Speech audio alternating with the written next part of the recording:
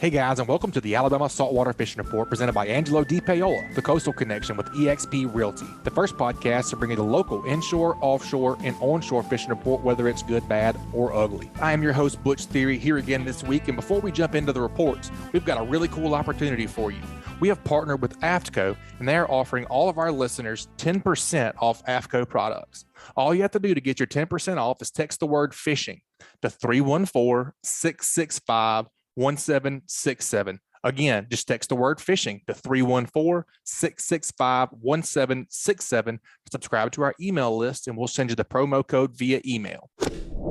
All right, guys, we have a great Alabama saltwater fishing report lined up for you this week. But first, let's take a few minutes to check out a few of this week's great sponsors. This week's Alabama saltwater fishing report is brought to you by Sportsman's Marine. Sportsman's Marine has an extensive tackle selection of anything that local anglers need for saltwater and freshwater fishing, as well as boating accessories. They have the largest selection of the slick lure in Mobile and Baldwin County. They have AFTCO, Pelagic, and Saltwater Fanatics apparel along with other local brands. Go check out their Edgewater, Wellcraft, and Vexus lines of boats. They offer engine services with 5-star Yamaha and Mercury mechanics. Also, if you're looking for a street legal electric golf cart, go check out their Atric golf carts. Sportsman's Marine on Highway 98, and they also have a downtown location next to Mr. Jean's Beans in Fairhope, Alabama.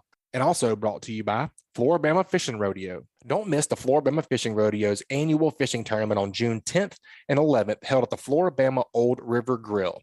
It's coined the Gulf Coast's funnest fishing tournament. This rodeo is fun for all ages, from kids to adults, and there are more than 30 categories of fish, additional competitive divisions, low entry fees, and tons of prizes. The fishing rodeo focuses on bringing families together for a fun weekend of fishing on the Gulf Coast. Visit floribama.com for more information.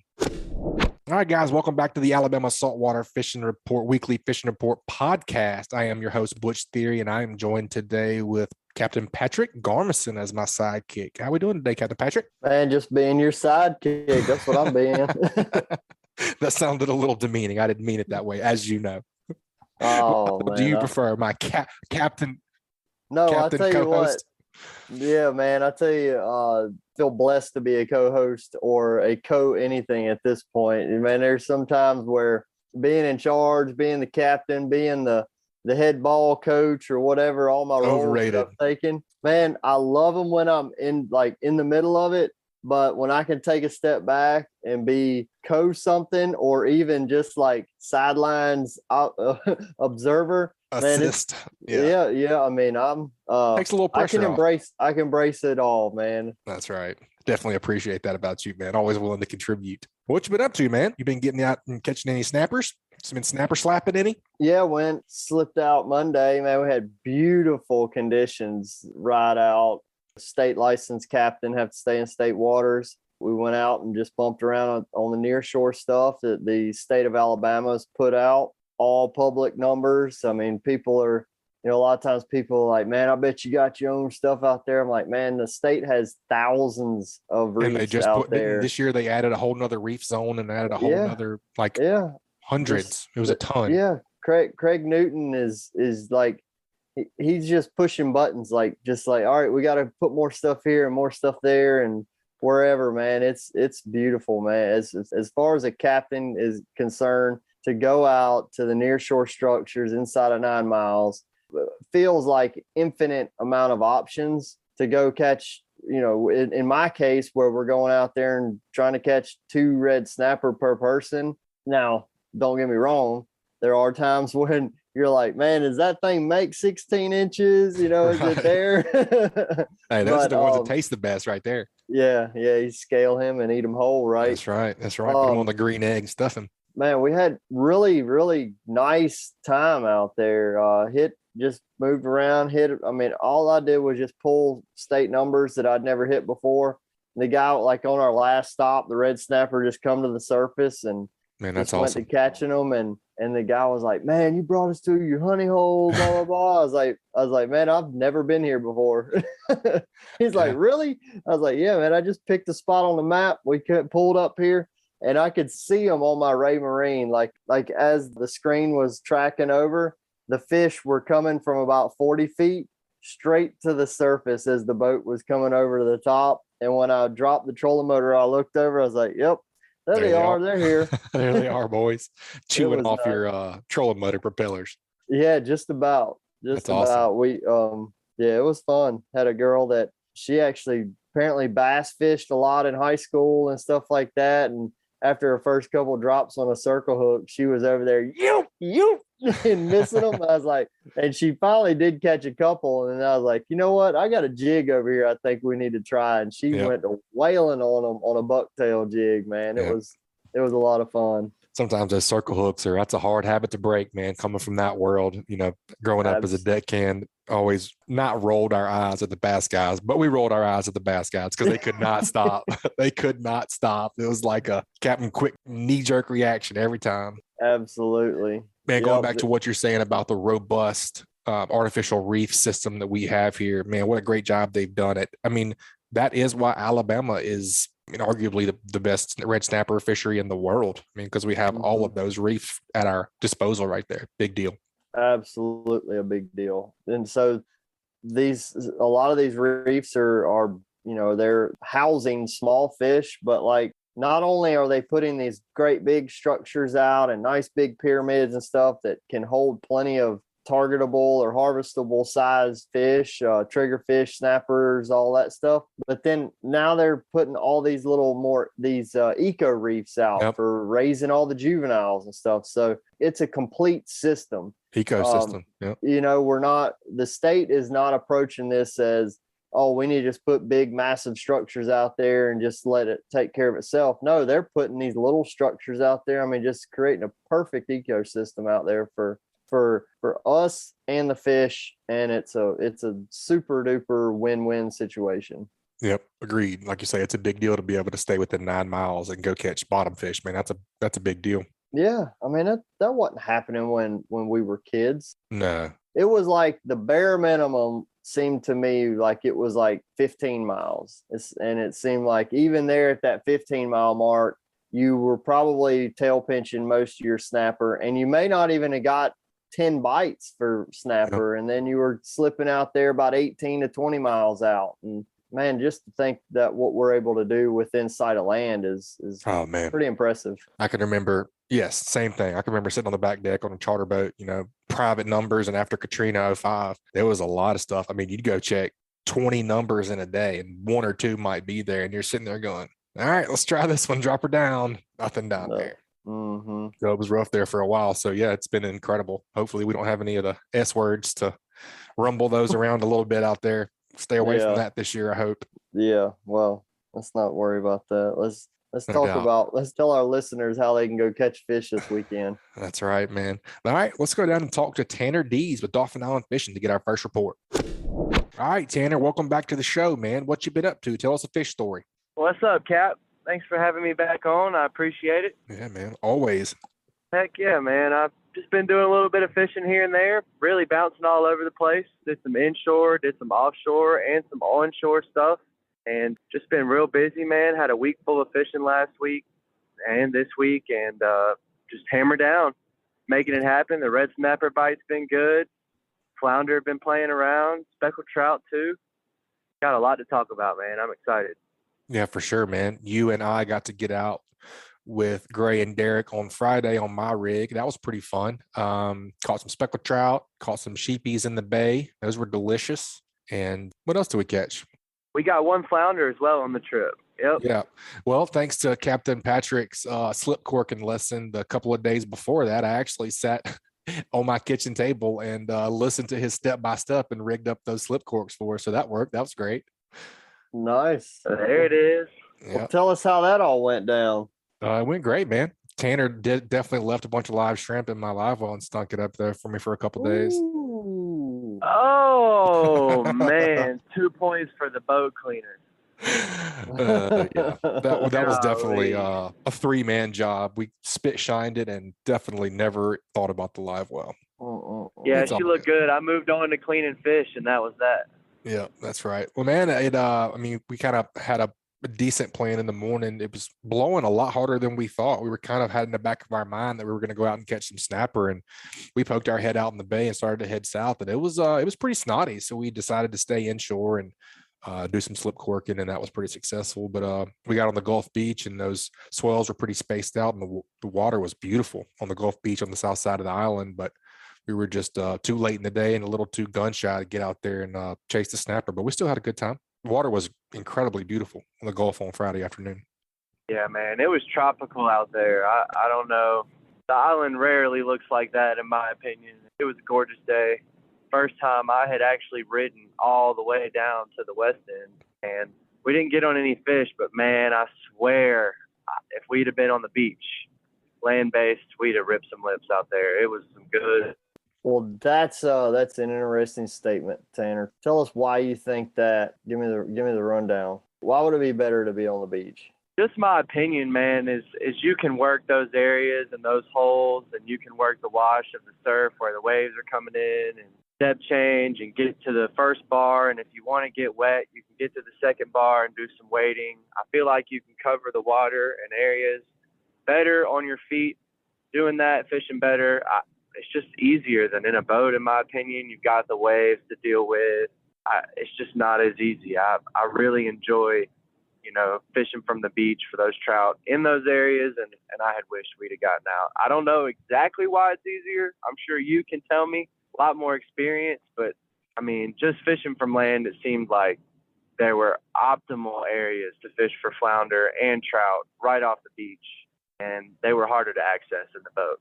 The reason I asked that is because I had my friend Barry Stokes from Let's Fish TV. He was in town, and he and we were trying to get some beach fishing in from the boat, fishing to the beach on Friday. And we fished around Fort Morgan and Dolphin Island both. And man, that swell was like just big enough to where it was like just when I would get the boat, like right when I would get the boat, right where or not even right where I wanted to be. Like I always felt like I wanted to be another 20 feet closer or 30 feet closer and try to get really to be able to get those baits in those troughs. But those it rollers. It felt like every time I was almost there, I would get almost knocked off the bow of the boat from a roller. And I'm like, all right, turn the boat around, troll the motor back out.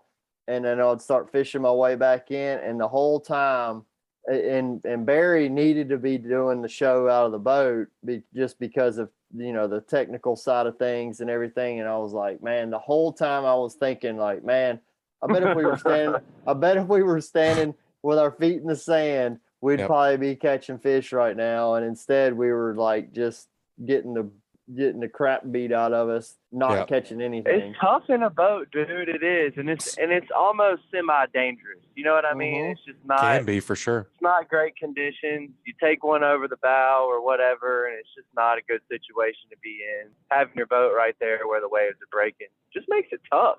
Well, and that's exactly, and I typically would not agree with you as far as that day. There was a pretty hard north wind, so we were pretty protected, but there was a big south swell. So you could have been on the beach, throwing bombs with the wind at your back. So we had several things working against us that day in the boat. I do agree with you that we wanted to fish that whole beach because it looked so trouty. It was beautiful. There was bait everywhere. Immaculate. It was perfect. Bunch of grass mats. But we just couldn't get up there, just like you were saying, Captain Patrick. We put the trolling motor down a few times. We start creeping up there and 4 or 5 foot roller. And I was like, let's just back off just a little bit. Feels so dangerous. So we just got up in the tower and rode around and enjoyed the pretty water. That's right. Well, down bonita schools and cracked a cold one. Good day. And caught some bonita on top water and some light tackle. So that was fun too. Just got some bait for the next time we get to get out. Cool. That's right. It was a cool trip, man. Really was. It was a gorgeous day on the water. Anytime you can spend some time out there is a good time, even if you don't rip lips. Yep, for sure, man. Well, we didn't get skunked. Right. We brought enough home for dinner. That's right. We didn't get skunked at all. We brought some meat home. That's right, man. What else you been up to? Yeah. Well, after that, I went out, did an inshore trip with my buddy Brandon Collier, and he put me on my first Tripletail. We whacked some speckled trout, must have caught 30 or 40 trout. Got on a couple flounder and got a redfish. So completed the slam and got a new species to mark off my list, man. That was a real cool experience. Those Tripletail are a special fish and special tasting too. I really enjoyed the experience. Definitely top 3 tasting for sure. Walk us through your Tripletail. Did you guys sight fish it or walk us through your strategy? Yeah, man, absolutely. So we were sight fishing. We had we launched out of Dolphin Island and went west and we just kind of checked the channel markers, checked the buoys, and checked some crab traps, and just kind of riding around. We did blind cast on some of those buoys and channel markers, just trying to see if there was some triple tail hanging down bottom, throwing slip corks. And other times we were free lining with live shrimp, treble hooks, throwing them out there and seeing if something was floating around. And didn't have much success doing the blind casting, but we did see one triple tail sizable fish on a crab trap buoy and threw the shrimp over there and had a couple bad casts right on there. And she went down and picked it up. Next, I knew, I had my bail open and I let her take it for sure. Gave her about 5 or 10 seconds with it. And next thing we know, here she is 20 feet off the buoy, jumping out of the water 2 or 3 feet into the air north of the boat. And so I just started reeling down real fast and got tight on her, man. It was a real cool fight, and got her in the boat, 19 inches, so barely legal, but real awesome to mark it off my list, and real cool experience seeing her come out of the water like that. It was a real fun trip. Definitely epic. Did you say that she had a live shrimp? Yes, sir. She did eat a live shrimp out there, free lined on a treble hook, real small treble hook. That was how Brandon was doing it. He's got some solid experience doing that. It's not something that I've done a lot of. And like I said, it worked well, just floating that shrimp out there. I have seen a couple caught, in the past. I went with Richard and Corey, and we caught one in the surf, just kind of cruising around, and that thing looked dead. And then that live shrimp hit the water, and it came right to life. It was a real cool thing to see. Oh, yeah, definitely. Is Captain Collier whenever he hooks his shrimp, is he a tail hooker or a head hooker? That's a age-old question, and Joe will tell you that he's the best shrimp hooker in the world. So how does Captain Collier do it? He is a tail hooker, man. He was hooking the tails. I hooked the heads. I'm always a head hooker, but he's a tail hooker. Yeah, definitely. How about you, Patric? Well, it depends the scenario. I agree. I'm the same way. Like slip corking, free lining, I'd typically go horn hook. Yeah. Now, there's times where I'll tail hook exclusively, especially if I know I'm around sheephead or stuff. But the one thing that I learned from Joe was the tail hook basically make that shrimp weedless. Yeah. Kind of string it on there. Through the way of tail hooking. And I was like, man, I still think about how my mind was blown so much when Joe dropped that knowledge bomb on me with the weedless shrimp. And actually, I had a customer the other day. I saw him hook his shrimp on, and he hooked that damn thing on exactly the way Joe was talking, having it hooked up weedless. Like, that's we awesome. weren't in a scenario where that was important, but that's how he hooked it on. I was like, man, that's pretty cool. That's a good one. It's a good move. What about the He speckled knew trout something. that day? That's right. He'd been listening to the podcast. Speckled trout that day was good, man. It was a real hot bite. I will say we didn't catch a lot of sizable fish, but we did have a 2-man limit. If we were keeping fish, we let a lot of them go. We must have caught 30 or 40 speckled trout. Bait of the day was the Fish Bites butt kicker and the white knuckle with a 1/4-ounce jig head. And I was also having a lot of luck with the B-cat slick. And those trout came in at 18.5, 19 inches. Very nice. But we also got into some flounder, man, and that was a real cool bite, throwing those Fish Bites 30 boxers. It's a real popular bait, it seems like, for those flatty patties. And I guess it's because it works, because I've really been putting in some work with those things. We got a nice 18 and a 15-inch flounder doing that, and picked up the redfish right there in the same area, fishing the marsh. And I must have hit that thing right in the head, because I never had to set the hook or anything. Before I even closed the bail, I was losing line. He was swimming with it. Very nice. Nice. Yeah, that was going to be my next question, is kind of what was you guys set up? Were y'all fishing, points or ledges or drop-offs? Kind of what was your setup for speckled trout and flounder? So for speckled trout that day, we really kind of fished a lot of the reefs, the public reefs there west of the island. And we saw a lot of success doing that.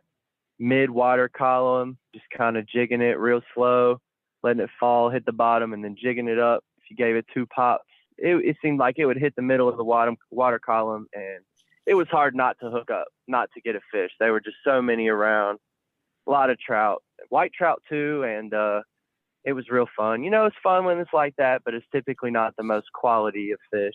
But it was still real fun catching them. And then for the flounder and that single redfish we picked up, we were kind of just banging the bank, kind of in some marsh areas and getting it up in there in little estuary areas where the creeks would run through the marsh and just kind of causing water flow there. And we picked a couple flounder up doing that. It was real cool. Very nice. Flounder are delicious. Yeah, man, they are. We've talked about it before. It's one of the best eating fish in the ocean, and by far, I think, inshore, the only fish competing with a flounder is the sheep's head. Agreed. Maybe a mangrove snapper if you can get a good one inshore, but sometimes that's tough. Yep, for sure. Anything while you're actually like any beach, like actually shore fishing or anything like that y'all been doing? Yeah, man, absolutely. Me and Dylan Keene and Salty Swigs went out and we did some beach fishing, did some land-based stuff, and ripping slick lures, you know, trying to chase some trout, throwing topwater lures before the slicks. And we got a 19-inch trout and had several blow-ups on topwaters where we didn't connect, and then ended up catching 4 or 5 flounder that day on the slick, top of the water column. Seemed like they were just going straight to Dylan's slick. He was ripping that thing along. I know y'all fished with Richard or Dylan, and people who are listening, y'all may not know, but they rip that thing through the water and it goes whack, whack, whack, whack. I mean, they're sitting in it, they're ripping it. Oh, yeah. That is and the I best. don't know how he was catching flounder. That is the best audible option. Or that was incredible. I could see the noise happening. Yes, that is what happens, dude. It is. Dylan is very ripping visual. that thing like it is crazy. Do it again. And he was catching flounder doing it. Yeah, one more time. That's true, it. though. That They is do. it. And it's man. interesting to get that cadence, and that's why that slick lure is so successful. Well, not the only reason, but it moves so much water. And when those guys work it like that, it's hard to ignore. They were just smashing that slick. Tanner, we threw a little top water today and literally had one blow up, one hook up, one catch. And I had my angler like kind of changing his cadence. I would watch it and I would say, all right, hey, next couple casts, slow it down, or next couple casts, speed it up, or whatever. Have y'all noticed any kind of pattern on your top water, like a particular cadence that's seeming to be working, or is it a day-to-day thing on top water for you? So personally, I think I've noticed an increase in bites, hookups, and blowups with a slower cadence. Last year and starting this year, I kind of worked it the typical, I would say 1, 2, 3, 4, 1, 2, 3, 4, medium fast, not really slow action at all. And then this year I was kind of messing around with them, working them a lot slower, like almost letting it sit for 3 seconds before even working it again. And then changing it to like 1, 2, 3, 4, 1, 2, 3, 4, and a slow cadence like what I was just doing, that 1, 2, 3, 4 there. It's worked a lot for me this year. I've caught a 24.5, multiple 23s and 22s, running that slower cadence. And I don't know if it just gives them, I'm sure it does, gives them more opportunity to hit it because it's moving slower. Maybe it looks more damaged, or maybe it's just more enticing that way. I really don't know. There's days where I catch it, doing the faster cadence, and I do switch it up. But it seems like when I'm not getting bites on top water, I'm falling back to that slower cadence, trying to see if I can get one to come up and working it real slow. My retrieves sometimes take a minute or two just because I'm working it so slow. Yeah, but it really works. Do you have a cadence that you like? I do. It's probably more like a tick, tick, tick, tick, tick, tick, tick, tick, and then a pause. That's probably about my standard summer cadence. So you always work at a pause in your cadence? Unless if the bite is getting, if they're blowing up on it while I'm working it, then I won't work a pause in there at all. I'll just keep it going. And then if it's a little choppy, I'm going Yeah. Okay, you really kind of get some wrist action in there. But that's interesting. You know, that's one of the things with topwater that, and I'm always like, if I have a customer working it and I'm not paying attention or if I'm not watching them when they get bit, I'm always like, hey, what were you doing? And when did the fish strike? Was it on the pause? Right. Were you working it? Give me a quick example of what you were just doing. And that way, if I had other people throwing topwater, I can get everybody trying Get it honed in. A similar cadence. Yeah. So that's really cool. Yeah, I mean, and that's anybody that's listening that's trying topwater or trying to get better at it, paying attention to that cadence is super important, in my opinion, to really get better. And trout, for some reason, really like a nice, consistent cadence.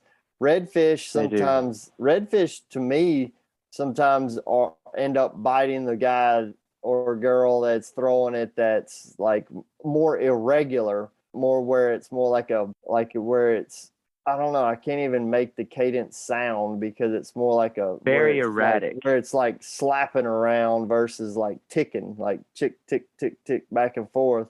It's, I don't know, they do more pulling versus letting it actually walk the dog, and seems like that'll fire a redfish up pretty good. Yeah, that definitely makes sense. I'll There's have some to great keep that tips in right mind. there. Yeah, definitely, man. I'm with you, Tanner. I think that I have more success with a slower cadence. Yeah, I do. And I've actually noticed this year, last year I threw a lot of skitter walks, and I really love Rapala. I really like their twitching mullet for speckled trout. I really liked the skitter walk last year. But this year, I've been throwing a lot of the Mirrodine or Mirrorlure she dogs. And I've noticed that the higher frequency of the she dog on days where it's slow and I'm not getting any bites, I don't know. I fall to that higher frequency in the morning, and I really like it. It seems to always pull a fish out. I don't know why. I don't know what it is about it, but those beads, they clack really a much higher pitch to the human ear. So I'm sure it makes a difference for the fish in the water. Sure, it sounds like a freight train underwater. Mm-hmm. But another theory that I have about topwater, Patrick, you can offer some insight to this. I fish mine with a really loose drag. I used to fish them with a tighter drag, and I pulled a lot of hooks and lost a lot of big fish. You know, recently this year, I caught a 24 and a half, and then the very next cast, I was hooked up on a really big fish, and I pulled the hooks maybe 80% through the fight. The fish came up and gave me a nice flash and a boil, and then swam back down, and then the next thing I know, my topwater floats to the top. Mm-hmm. And I was just like, oh my God, there's got to be something to prevent this. Well, my drag was too tight, and so I started fishing it. No, they weren't damaged. So I started fishing my topwaters really loose, and I won't tighten the drag until like I know that fish is hooked well. Yeah. And I don't know if maybe you like a looser drag too with topwater, or maybe you see it increase your hookups on topwater, but I think that I have. So I work topwater with braided line, and I like a monofilament leader. So I get a little bit of a a little bit of stretch and a little bit of give there with that mono leader. But yes, what you're saying about a lighter drag, I do too. Like when that fish comes tight, I want it tight enough to where it's gonna tighten up and actually get the hook set on the fish. But I want drag to pull pretty easily. Yeah, significant amount of drag. Anybody that's watched a Bama Beach Bum video, Matthew messes with his drag like the entire time he's fighting a fish. That's what I look like that's what I look like when I'm fighting a fish with topwater and braided line. So there's times where I'm tightening up a little bit and I'm getting some line back. And then if I feel that fish is really trying to pull hard, I'll loosen that drag almost to nothing and just hold my thumb and start letting the drag out with my thumb. And then but usually I can do one or two things. I can either tighten it up and feel more comfortable once I see the fish and see where the lure is actually on the fish, because a lot of times a topwater bite ends up having treble hooks on the outside of the fish's mouth and outside their head and all of this. Those hooks are real easy to pull out. They're super easy to pull off of a fish. So if you see that the fish is entirely hooked on the outside, superficially, I guess would be the term. If that's the way it's hooked, you're going to have to really play it and baby it and let it have drag. Back But her weight off. if the lure is actually inside of his mouth, which is generally the case with a redfish, like redfish seem to like inhale the whole thing whenever they eat it. They love them. I find that if once I see that it's inside the fish's mouth and it's a true fight, like where the hooks are inside, like inside the roof of the mouth or whatever, I'll tighten it up a little. I'll fight the fish a little bit more aggressively at that point. But until I know where that fish is hooked, I'm going to really baby the crap out of it. And well, that makes sense to me. if you're comfortable with it, you can really back way down on the drag and use your thumb more of a drag. That way you can apply more pressure and less pressure as it's fighting, and not having to be constantly turning that star drag on your reel if you're using a bait caster, and on a spinner reel being on top of the spool or whatever. So something to think about there. Yeah, that's a great tip. And I think that pretty much goes for any kind of fishing as far as, knowing where your fish is hooked. Sometimes we don't have that beauty always, but I can definitely remember and have several instances in my head, got a big tuna on and get him up close to the boat and, trying to get him on a wire with smaller leader or something like that. And you can finally see that he's got it perfectly lodged in there in the corner of his mouth, and you're not near as worried about it. You're like, all right, go ahead and pump that thing up here. You know what I mean? Let's get it over with. Exactly. Yeah, I totally agree. I've noticed and had to ask, wondered if it helped other people. That looser drag really makes a difference with top waters, and seems like it's always a bigger fish. Yeah, I'll tell you something else, Tanner. So a lot of the old school guys, they only throw topwater with monofilament for that reason, because they'll actually keep the drag tighter, and there's a lot more bounce, a lot more shock absorption in the mono, and you don't have to rely so much on your drag. But anybody that's listening that's using braided line as their topwater line, this is a very important conversation, because the drag is the bounce that you get on monofilament. Right, absolutely. You're getting the give in the drag that the give would be giving in the monofilament. That's right. Exactly. If that makes sense. Yeah. Put that on a t-shirt. That's right. Right. It just seems like with those top waters, man, it's always a big fish, a good fish. And then, just like I was saying, you get one and it's a big one, and then they break your heart. So I've been trying to perfect it and make it as easy as possible. And loose drag has definitely been a big help. Well, let me know when you perfect it, because I'm still looking for that. That's right. Yeah, I think we're all trying to do that, huh? Yeah. On that topic, man, we just published on greatdaysoutdoors.com an article based on Captain Bobby's interview. It's called Mono versus Braid versus Fluorocarbon Fishing Line. And it goes through all of that, like which, what works better for which application and why. It's a really good article. Sounds like I need to go pick up a copy. Definitely. Check out greatdaysoutdoors.com as well. It'll be on there. So you said you went snapper fishing, man. What was the ticket that day? Oh man, we had a really good time. I went snapper fishing with Spencer Kite on his Twin V. He's kind of starting a charter business there. It's called DI Reef Monsters, and he took us out to some spots. Got Nicole on that trip, and man, we really got into some fish. Got into some big snapper, pitching frozen pogies and live croakers, and even jigging some, doing some slow pitch jigging out there. I lost a really big fish on the slow pitch, but Nicole actually scored the biggest fish of the day and landed an over 25-pound snapper. Freaking huge fish. Whooped her butt. That's hammer. And that's not out of the ordinary for her to outfish you. That's not out of the ordinary. Yeah, that's pretty. Oh yeah. Whatever. So she got me good. We all follow your shenanigans on social media. We know who's really catching the big fish. That's right. Yeah, it's always her. So she got a 25-pounder, and what was the beta choice for that? Yeah, pogies, man. Whole pogies and half pogies seemed like the beta choice. Opening weekend, we struggled with pogies and half pogies and stuff like that. We really had to catch them on bonita strips. We didn't really have very many sizable fish on opening weekend, but when we went out with Spencer, we got some big fish, a couple 15-pounders, 12-pounder, and then just some of the smaller ones as well, right around 18 and 20 inches. But they were all chewing on pogies and half a pogie. Just seemed like that was what they wanted that day. And had trouble finding snapper on, any other bait, squid or live croaker. They really weren't eating it as well as the frozen dead bait. Great tips, man. Great to know. Great reports, man, all the way from offshore to inshore to onshore, man. If folks want to follow you on Instagram and Facebook, what's the best way to follow you?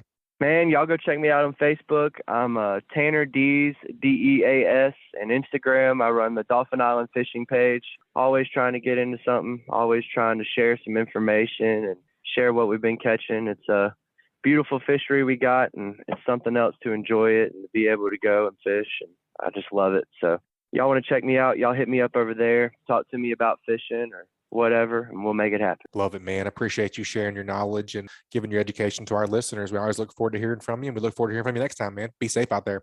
Absolutely, Cap. Thank you so much. And Patrick, it's great talking to you, man. I enjoyed being on the show with you and hearing that insight. And I hope you have a good trip tomorrow. I'm sure you're going back after him. All right, man. Keep whacking them.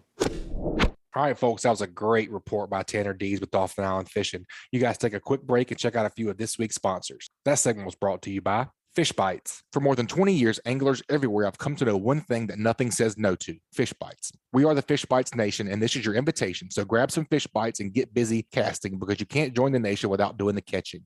Ask for Fish Bites or Fight Club Lures or visit fishbites.com. And also brought to you by Killer Dock. As anglers, we put a lot of time, money, and passion into fishing, but most of us do not have a fish cleaning station that we are proud of. Many of us are suffering from dock dysfunction. A rotten table with rusty metal, this is just no good. But the dock enhancement that we've all been waiting for is finally here. Killer Dock uses marine-grade aluminum to make fabulous fish cleaning tables and stunning canopies that will keep us out of the sun. Killer Dock combines durability, function, and design to uniquely upgrade your entire dock experience. Visit killerdock.com to see more. All right, Captain Patrick, let's head on down and get our inshore report of the day. Let's talk to Captain Richard Rutland with Cold-Blooded Fishing. What you say, Captain Richard? Welcome back to the show, man. How we doing today? Oh, shoot. We got Patricia and Butch Cassidy on here. What's happening, fellas? The all-star lineup, man. Just getting some reports. Just talked to Tanner about all he's been up to. We got some good topwater talk in. Got some good speckled trout. Got some tripletail reports. Starting off pretty good, man. What you been up to? And all of the above. Had you talking about topwater, man. I had a couple of trips late last week and early this week out on the Gulf Beach on topwater that were just, particularly the first day I went was out there. I want to say it was either Thursday or Friday last week out on the Gulf Beach. Topwater bite was unbelievable. It was like one of those days where, you go topwater fishing sometimes and you get on a school of fish that are eating topwater good. And you'll have those days where you get like 60 blow-ups and catch like 10 fish, Well, we got 60-something blow-ups and probably caught 50 fish. You know what I mean? It was like they weren't missing it. Every one of them was coming up and crashing the lure, and they'd come up and almost hit the lure and sky out of the water, jump out of the water after it and whatnot. That just absolutely fired up. That's what's to me, what's always like a lot of fun when you get on a good school of fish on the Gulf Beach. There is no fish, speckled trout wise, that is more aggressive, in my opinion, than those Gulf Beach fish, man. If you get on that situation, it's just absolutely gold. And I tell you what was funny about it too was this is gonna sound funny to a bunch of people. I kind of got a little tired of catching them on topwater, So I was like, well, man, let me see what else I'll eat. You know what I mean? I know it's funny, right? So I started throwing the slick lure, and my customers were all out fishing me on the topwater still. You know what I mean? Which is not a good look for the slick, but I'm gonna get into the slick lure here in a little while. It's been making me a lot of money here recently wade fishing. But man, the topwater bite for a couple of these days has just been unreal. Patrick, have you been seeing some of that on some of your trips lately? Well, first off, yes, a little bit of topwater, nothing phenomenal for me in the areas that I've been fishing. But I wanted to ask you, or actually I wanted to make a statement. Is one thing, like in the fishing world, your buddy gives you a fishing report and then says it again like almost a week later, and it still is the same fishing report. That's pretty good, Richard. You told me that exact same fishing report on Thursday or Friday, and you're saying it again here on the air. So that's really good. I'm proud of you that you held your stats together there that long. So he's not embellishing, is what you're saying. Yeah, exactly. That's or if exactly he is, what he I'm kept saying. it consistent. Yeah. Hey, but here's the deal. Here's the deal, Richard. We got into it with Tanner just a little bit ago that on I guess late last week, I got over there and was doing some beach fishing from the boat only. We really struggled to like maintain boat positioning and stuff like that, and almost felt unsafe at times. And he was talking about how he wished in conditions like that he would be on the beach, and like he feels like being on the beach is the best way to be able to do it. So tell me what you were doing. Were y'all in the boat or on the beach? You're teeing it up for me there, Patrick. I knew where a school of fish was on the beach, and I actually ran around. We're fishing like the west end Dawson Island Gulf Beach side, and I ran around the west end, and it was a little too rolly to fish from the boat. You know, I don't think I could have put an anchor out, and I don't think anybody could have been safe or been able to, I don't even know if I'd have been able to stand up very good in the boat, you know, and I'm as nimble as a cat on the boat, you know, and I don't know that I'd been able to stand up very good. And I knew where some fish were, and I could see them slicking. I could see the mullet happening and all that. And I was like, guys, this looks really good, but I don't think we're going to be able to catch these fish. I'm going to run around to the north side and walk across. And that's exactly what I did. And we anchored up on the north side of the island and walked across through the reeds and grass and everything like that. We had to do a little bushwhacking and trailblazing. Yeah, had to do a little trailblazing and across the island. And sure enough, we got over there, man, and it was just unbelievable. It wasn't anything like one of these, like what all of our mindsets are with top water. You know what I mean? That it's like a early morning, low light kind of thing. It was probably 8:30, 9 o'clock in the morning, and they bit till about 10 o'clock or so, you know, all on top water. And it was just one of those days for the books, you know, where you always think about, man, you remember that day when we got them there? That one will always stick in my mind. But it was a little bit challenging, you know, to fish from the beach, because you kind of had to be down in the water a little bit. And I'll tell you what, I still got bruised shins from throwing fish on the stringer, and the stringer like crashing into me with the waves and whatnot. We're like having to, you know, like a set of waves that come in, you have to kind of like turn around and take it to the back, you know, and then make another cast. But man, if you had a pink topwater out there, man, the trout were trying to kill it, man. It was unbelievable. It was so much fun. That's epic. I don't know that I've ever heard anybody have bruised shins from speckled trout on a stringer. I would tell you, dude, the stringer just kept like, there wasn't a lot of current like keeping the stringer off of me, you know what I mean? And I had my customers like walking over to me and bringing me a trout, and I'd net it, take it off, you know, throw it on the stringer. I could hardly fish, you know, because these jokers were bringing so many fish to me the whole time, you know. But the dead stringer kept just slamming into my legs, you know, and a couple of times I felt like I was going to get wrapped up, like I was hogtied or something, and fall over, you know, because everything was getting wrapped around my legs. But I tell you what, I tried to recreate the same thing earlier this week and couldn't do it because there was so much grass out on the beach, so much sargassum that's been in the Gulf. It started to wash up on the beach and was absolutely unfishable. You know, like we were trying to throw slick lures, couldn't make a cast and like retrieve it, you know, 3 or 4 jigs or whatever with the rod tip before you were grassed up. Top water was just no question you weren't getting it done with that. And I even started throwing a jig, like a grub kind of thing, in the same little area that we were catching them in.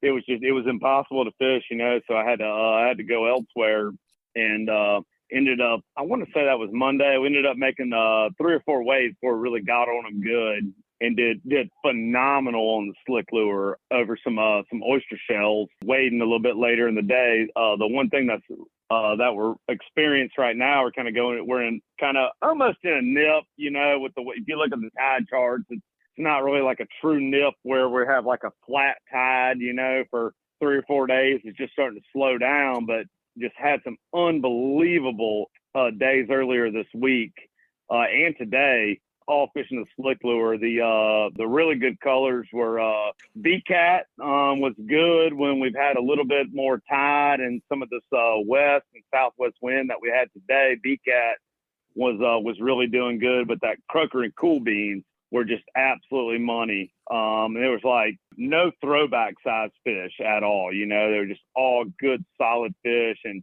almost ones that some of them I'm like, man, I don't know if I want to put this one on the stringer or not, you know, and I'd let it go. You know, I mean, customers kind of get a little fussy or whatever. Like, man, you're going to catch another one, throw it out there, you know, and get another one, you know, and sure enough, we did. So it was a lot of fun, man. So we got in with Tanner a little bit about the cadence of the top water, especially this time of year. And he was saying that he's had a little bit greater success with kind of slowing it down as far as, you know, his walking the dog. And Patric we were talking about pauses and things like that. Has there been a money cadence for you lately? Man, like for those Gulf Beach fish, man, it didn't matter. It didn't matter. Hammer down. I mean, I handed the rod to two guys earlier this week that have never thrown topwater in their life, and they were catching fish as good as anybody were on it. You know, the thing about like what you were kind of getting into with pauses, and we talked about this with Captain Bobby a couple of weeks ago when we were talking about fishing topwater. But to me, it's just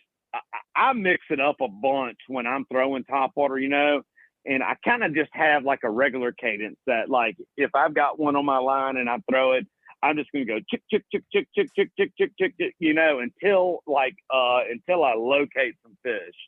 And like I get a blow up and I locate some fish. Then start tapering it down to whatever. Yeah, and I'll start trying to figure out what they want at that point. You know what I mean? If they want the chuk, chuk, chuk, chuk, chuk, you know, or if they want it coming fast, or if they want it skipping across the water or whatever it is, you know, because sometimes you can almost like, you know, work it a little bit, like, yeah, you know, like tick, tick, tick, tick, tick, yeah, and then I'll almost just reel it and skip it across the water, and boom, they'll bite it, you know, whatnot. So that's what I do, and of course, you know, I'm a master at my craft, and so I can pay attention to what I'm doing when I'm doing it, you know, and I've said that on the show 100 times, you know, to everybody. Is just when you're getting bites and you're having success, just pay attention to what you're doing. Don't be so wound up about actually catching the fish. Pay attention to what you're doing, you know, so that in the future or on the school of fish you're on, you can kind of figure out what they want, you know, slow it down a little bit, speed it up some, work it real fast, and then stop it. Patric, you and I were reminiscing not too long ago about a day you and I fished the West End together back when we were just as green as we could be. Both probably got our captain's licenses the same year. And it was one of those bites where I'll never forget this day, either with you, Patric. We would literally throw the topwater up on the beach, and you didn't have to move it. You didn't have to do anything. You know, you'd throw it. All you had to do is get it off the sand into the water. That was it. And they would just hit it. You didn't have to move it. You know, they couldn't stand it for it to be sitting still, you know, so you just never know how they're going to want it with that topwater. That's what's a lot of fun. I like the tip about the locator cadence. You know, you're just saying you work it the same every time until you find that school of fish, and then let that school of fish tell you how they want it. I like that. Yep. Somebody will usually get angry at it, you know, and pick up and blow up on it and tell you there's something going on, and then that's when I start playing with the cadence, you know what I mean? And especially when we're talking about wading and we're talking about like the west end of Dolphin Island and whatnot, I'm like on the move when I'm down there. I have no customers that can ever keep up with me when we get on down there, and I always tell them, I was like, y'all better stay on my ass, because I'm about to move down this beach and I'm going to find these fish. When I find them, y'all better be there with me, because I'm not waiting on you, you know, like, kind of thing. And that's what you got to do when you get down there, is get on the move and cover some water.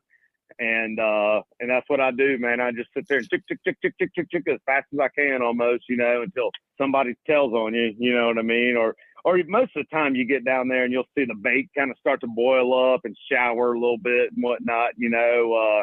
I've done it for so long, you can usually kind of tell when it's about to happen. Yeah, gets fishy, starts getting real fishy. Yeah, some of that, as far as like the west end goes, like the north side, like the sound side of the west end, has not been that great lately, kind of since the past full moon. But I just saw the moon a little while ago, and looks like it's almost about half full. So we got full moon probably coming on in the next 2 weeks or so, or the next week.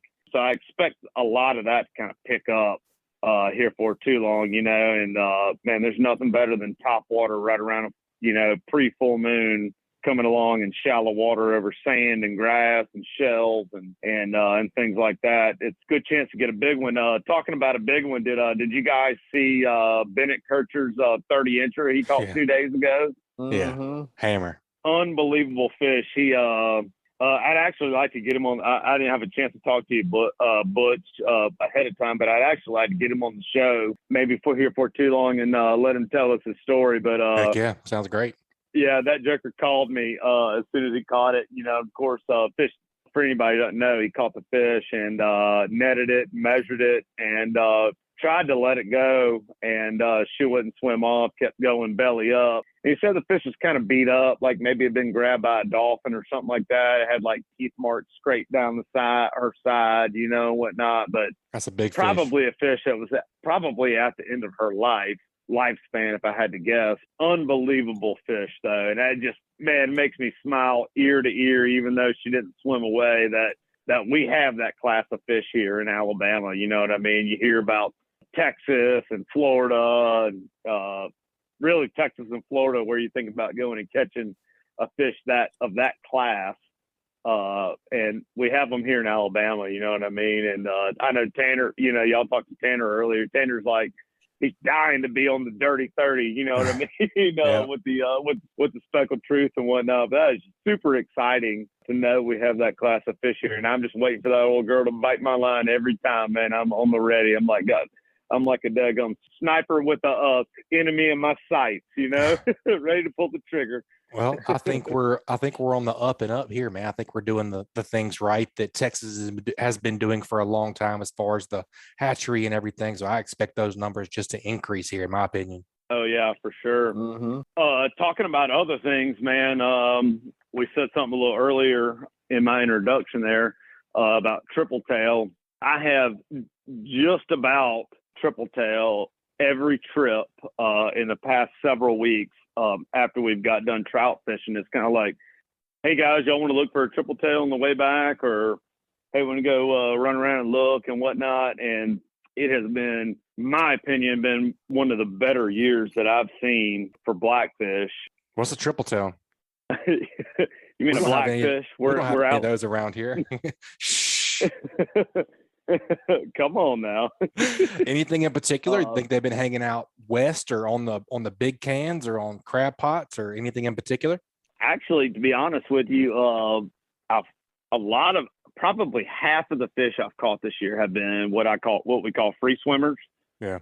Just like fish that are just, I'll be running along in my boat and be up in my second station in my tower and be like, oh man, there's one, you know, and kind of whip back around and be able to make a good presentation to them and whatnot.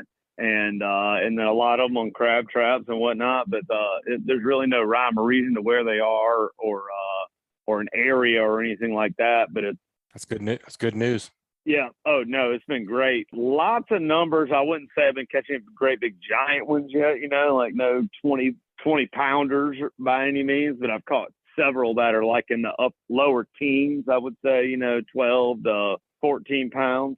That's perfect eating size. Yeah, but plenty of legal size ones and then lots of little ones all over the place, you know, which is a great see, you know what I mean? You're seeing like I would say like 12 to 13, 14-inch fish like all over the place. So it's really shaping up to be a good year for that. And of course, as we know, the later the summer goes, they kind of come into our area to spawn and whatnot. A couple of the bigger ones that I've cleaned have been big females, and of course you clean them and their roe sacks are just like humongously inflamed with eggs and whatnot. So that's what they're doing here is spawning and whatnot. But I've been tagging a bunch of them too. I kind of have a little bit of a limit on on those when we get going on them. Like, I think of my best day this year, we brought like 11 in the boat, and I think I only let them get 2 or 3. We tagged the rest of them and let them go. And everybody that, you know, as far as my customers go, have been all real understanding of that. That's plenty of meat. Oh my goodness. Hey, Richard, before you get too much further, early on when I first started understanding a little bit about some tripletail fishing, I heard the guys, like the regulars, they would hear, you know, I would maybe be at a tournament weigh-in or something, and somebody like, yeah, I caught that one. It was a free swimmer. That's something that I thought was BS. Seriously. Like, I thought whenever the guy would tell me that they were like, yeah, I didn't catch that one on any structure. It was a free swimmer. I thought that was just them just totally dodging totally dodging what I'm asking. Just like, I was just like curious, you know, is it something that's fixed, like a fixed structure, or is it just floating debris? You know, that was kind of what I was looking at. They're like, no, it's a floater, it's a free swimmer. So tell our listeners, you know, I'm sure there's some guys or girls out there that are listening that have maybe either never caught a tripletail or maybe have never seen a free swimmer. What are some maybe some tips on locating one, or, you know, and not maybe spooking them and be able to present a bait properly is my big question. Give us a scenario of you seeing one, maybe how you saw it and how you caught it. Right. Well, man, the best thing, number one, is your eyes. You know what I mean? You need to have a great set of sunglasses, right? I'm sporting Bahios right now, and they are the clearest sunglasses that I have ever worn. They're very comfortable in my face, and I probably had my set probably a year now, and held up really well. They're glass lenses, and I use the amber lens with a green mirror on them, which is what you want for our color water, that green color water that we have in our area. So you got to have a good set of sunglasses, because I can't tell you how many folks get on the boat and we see a fish and they're like, man, I can't see it. What are you talking about? What do you mean there's one over there on that crab trap, you know? Yep. And everybody, here, take these sunglasses and put them on, and they'll put them on and be like, oh my God, there is a fish over there, you know? They're like, man, I thought you were BSing me, you know, kind of thing. But a good set of sunglasses, and I don't know, like I said, I have a good set of eyes. Since I was a kid, my mom and dad and everybody, they used to always call me Eagle Eye. You know what I mean? I just have an eye for anything in the wilderness, being able to see something jump or move or whatever it is, you know. And basically, when I'm running along and I'm looking for them, I'm just scanning left to right and right to left, you know, as I'm running. And to me, it looks like a trash bag in the water, like a black and or a white trash bag, because sometimes they're really dark. If you're looking at them from their back, if they've got their back at you, because they like to lay flat in the water, or you're looking at their belly and you see the white side of their belly. So it's like I always tell everybody, it's either a black or white trash bag is what you're looking for. And man, I can't tell you how many of them I have absolutely run the boat right over. You know what I mean? Like, just seeing them at the last second go by, right down one of the gunnels of the boat, and it ran on past and shut down, and then circled back around, and sure enough, that fish will be up and floating kind of close. You know, you can usually kind of see your the bubbles from your wake, or the little sheen that the wake leaves and whatnot. And that's usually kind of a finder for me, you know, and I'll kind of idle back around and put my trolling motor in the water and shut the boat down and ease down. And of course, you want to try to get your highest vantage point on the boat that you can, you know, whether it's standing up on an ice chest or your leaning post, or like I've got this second station on my contender, so I can stay up there.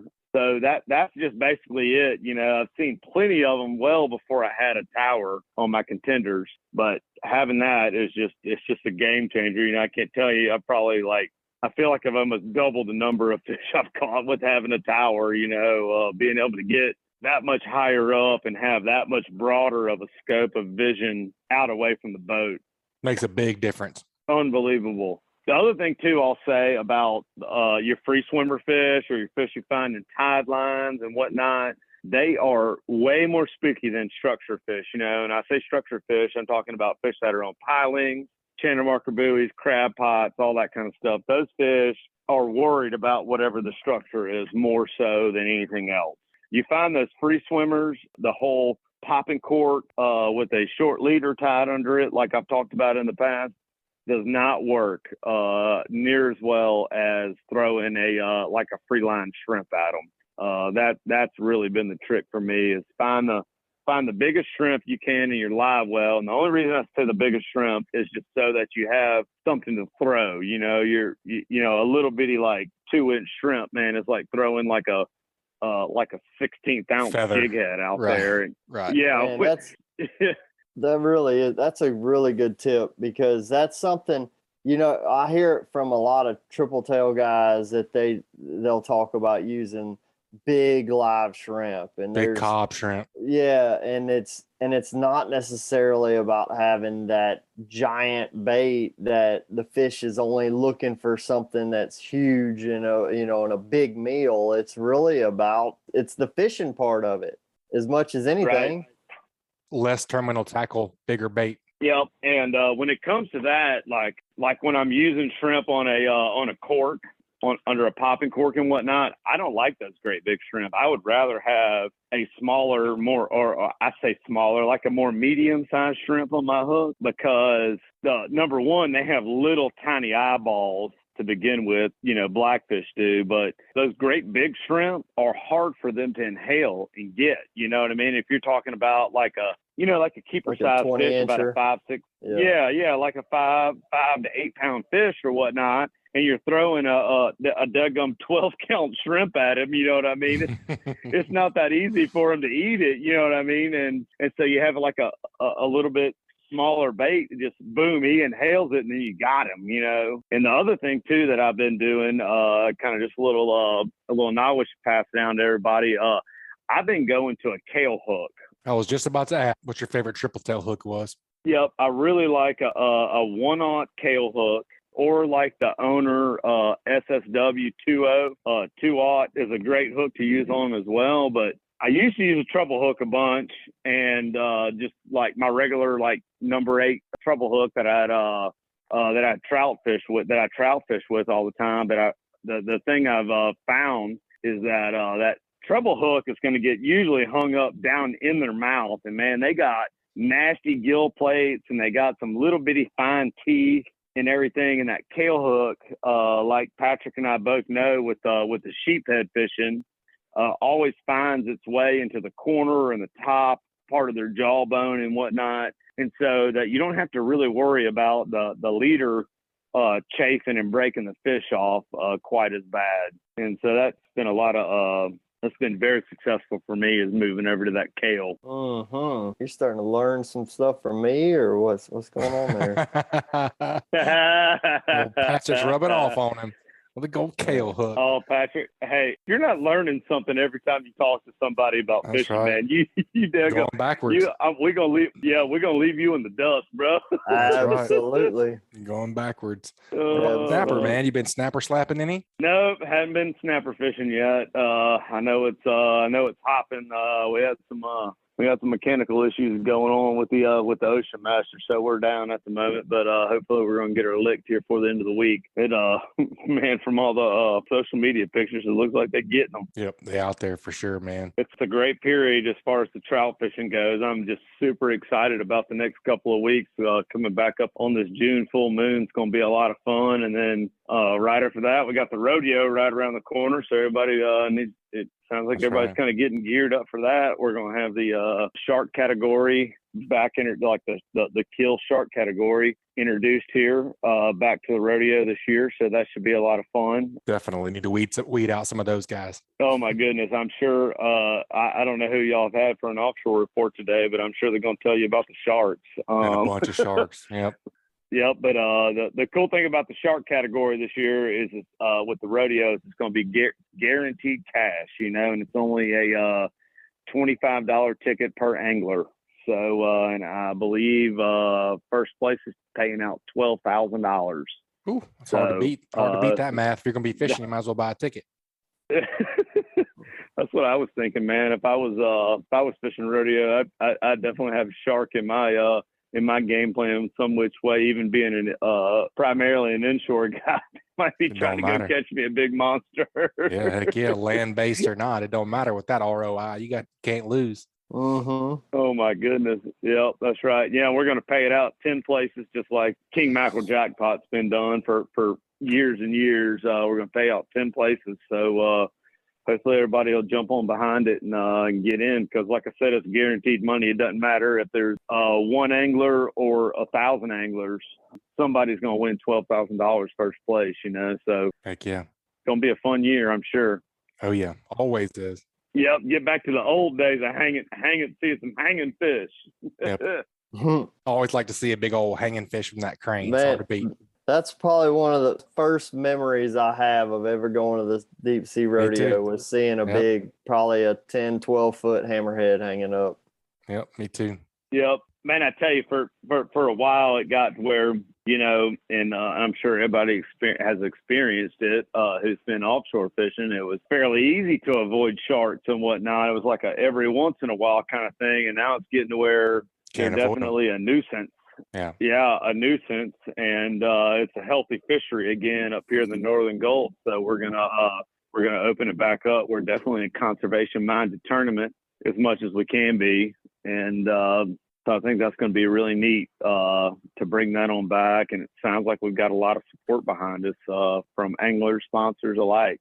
And not to mention just the fishing part of the stuff, but I mean, we have one of the most popular, top shark experts in our area, Marcus Dryman, right?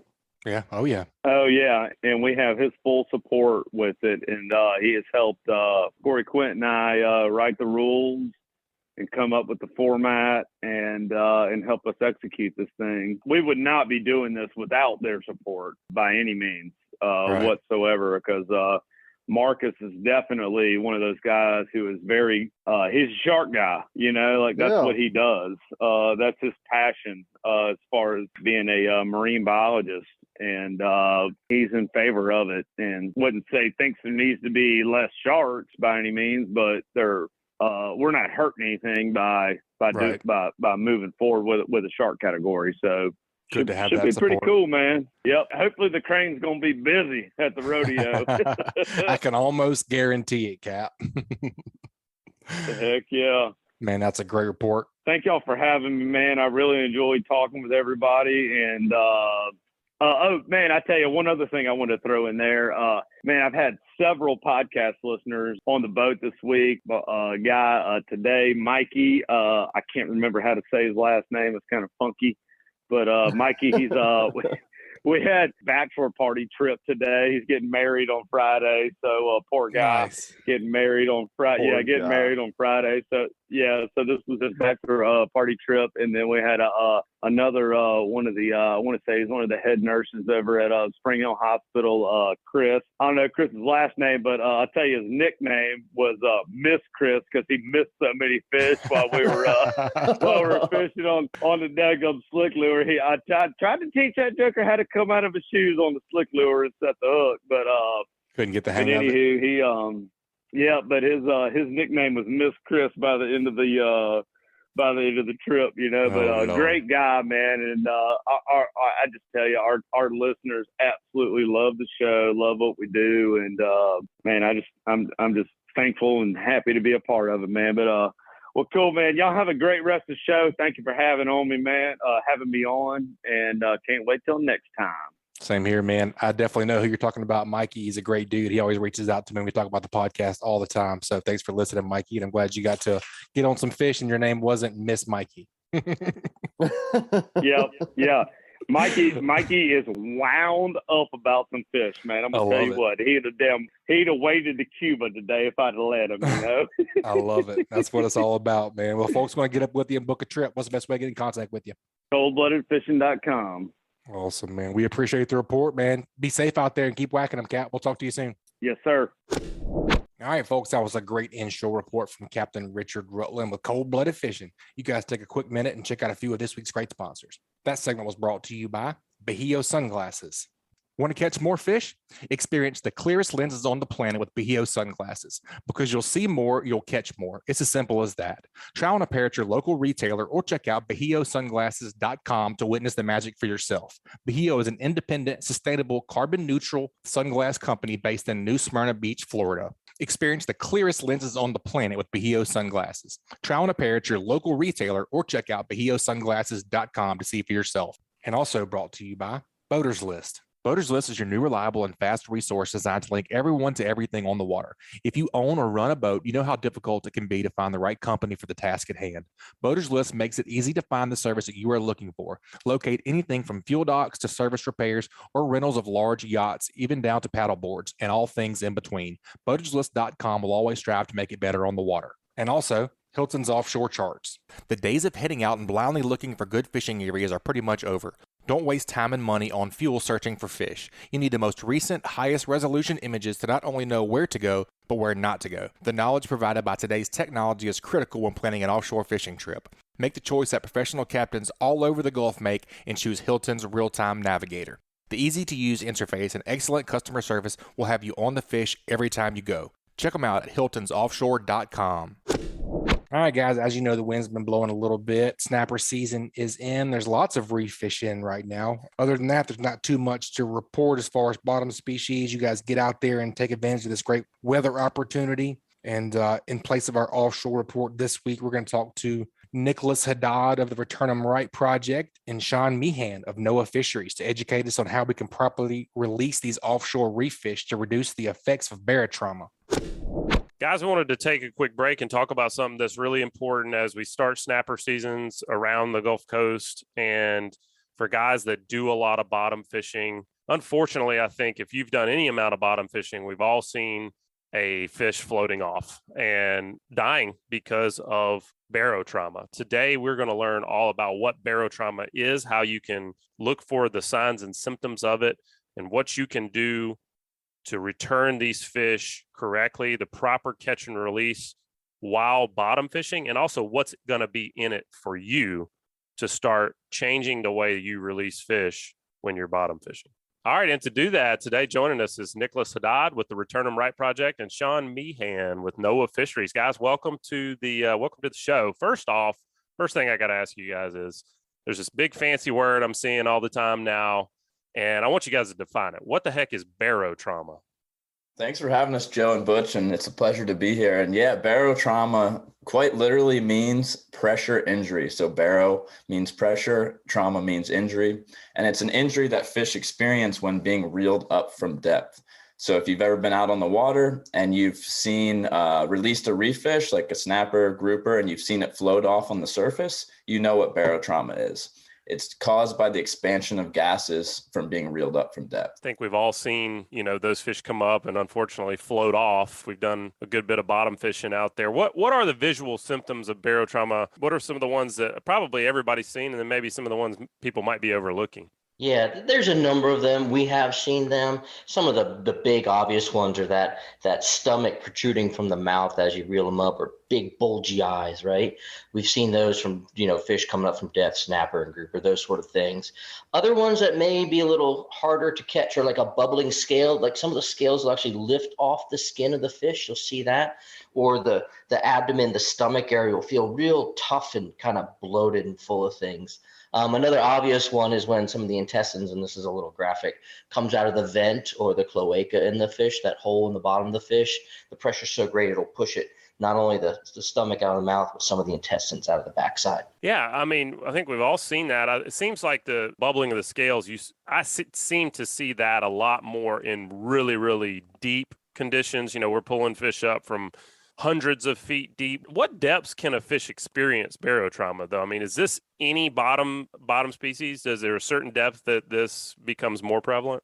I think most anglers start to see symptoms of barotrauma around 50 to 65 feet of depth, but it's really species specific. So if we're talking about a hogfish, you may actually start to see barotrauma at shallower depths, like 40 feet, 45 feet of depth. So it's species specific, but in general, most, if we're talking about snapper and grouper, most will start to see some symptoms around 50 to 65. And typically the deeper you get, like you said, with the bubbling scales, the deeper you get, the worse the symptoms are. And, especially with those big red snapper you're seeing pulled up starting now in the summertime, those big ones you'll really see pulled up over 200 feet, the scales really all distorted and bubbles coming out of them. For sure. I definitely agree with the scales being a little bit deeper situation. All right. So we know what barotrauma is. We know it's definitely an issue, primarily in bottom fishing, bringing those fish up from the depths. Do we have any idea how many fish each year are dying due to barotrauma? Well, we know that at least 10 million reef fish are caught and released each year in the Gulf of Mexico. And it's estimated that at least 1 million of those will die. Now, you can't always just contribute everything to barotrauma, but it is one of the biggest issues that reef fish face when being reeled up from depth. So obviously, you have fish handling times, you have hook injury, you have a lot of other fishing practices and handling practices that can go into that. But barotrauma, as you know, a fish floating off on the surface has no chance of survival. So it's really the biggest problem in this fishery. And it's a problem that I think, we as anglers can help mitigate. So it's kind of up to us to do our best to help these fish get back down to the bottom. Sure. So you're talking about basically, for every 10 that you throw over, one is going to probably not make it. How are you guys getting this data? So different species are affected by barotrauma. Some are Sure. tougher, if you will. Some are deeper. And, we've had that fish where, let's say it's out of season and we don't have anything on board and we let it go and it floats, or we let it go and it goes down a little bit. We're like, yeah, that fish is going to make it. It pops up 30 feet behind the boat and then some seagull starts pecking on it and stuff. You're like, oh man, it's heartbreaking, right? So we come up with this data by talking to fishermen. Fishermen fill out surveys. They talk to scientists. They have, reports that they have to do, especially with red snapper. Each state now has programs where they report their catch. And they tell the scientists how many they caught, how many they kept, what depth they're fishing in. And knowing a bit of the science and biology, fishermen help scientists collect accurate data. And that helps them create these models or understanding to estimate how many fish are dying from barotrauma in the Gulf. And hopefully we're doing ways to improve that and lower that number. It's interesting. Do the catch quotas that are out there we hear, of course, about red snapper the most, it seems like, especially in the northern Gulf Coast, but those quotas that are out there for all your reef species that kind of dictate those open and closed seasons and the creel limits on each species. Is this mortality from barotrauma being modeled into those quotas?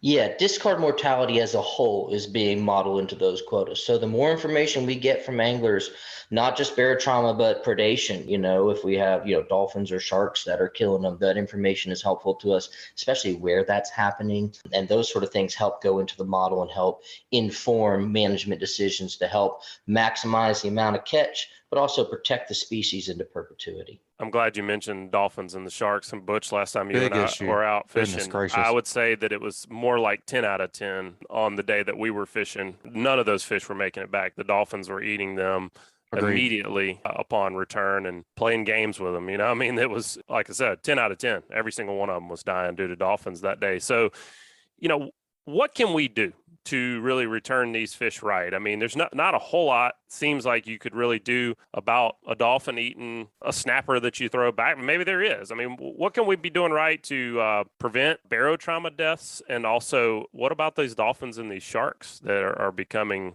a bigger problem? Butch, we've been fishing out there our whole lives, and I would say in the Getting way last worse. 10 years, dolphins and sharks are a huge problem. Yeah, I was fishing out of Panama City a couple of weeks ago, 50 miles offshore, and it seemed like every single spot we went to, the dolphins were right there with us. I don't know. I actually think it was the same group following us Yeah, they around. follow you.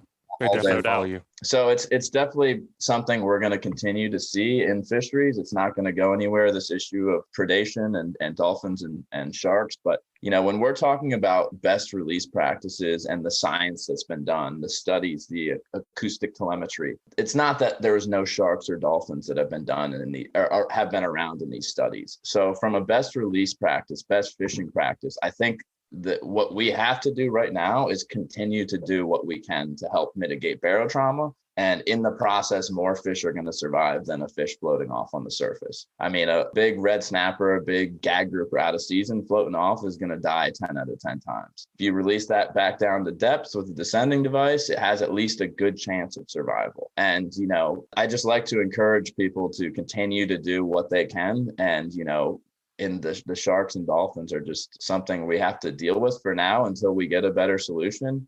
And, the best thing you can do is avoid interactions with them, but it's not possible all the time. So you have to continue. You can't let dolphins and sharks be an excuse to just let fish float off, because it's not an excuse. If you properly vent that fish and it can take off back to the bottom, or if you drop them back down to where the school is, where they're surrounded by a bunch of other individuals, they have a much better shot of survival than one floating off on the surface. And it's interesting, you guys aren't alone. The East Coast of the United States is getting hammered by sharks as well. So depredation is something we're hearing from fishermen all over. We are looking at descending devices and seeing if they're more effective as getting the fish down faster. And does that deter them? And it may or may not.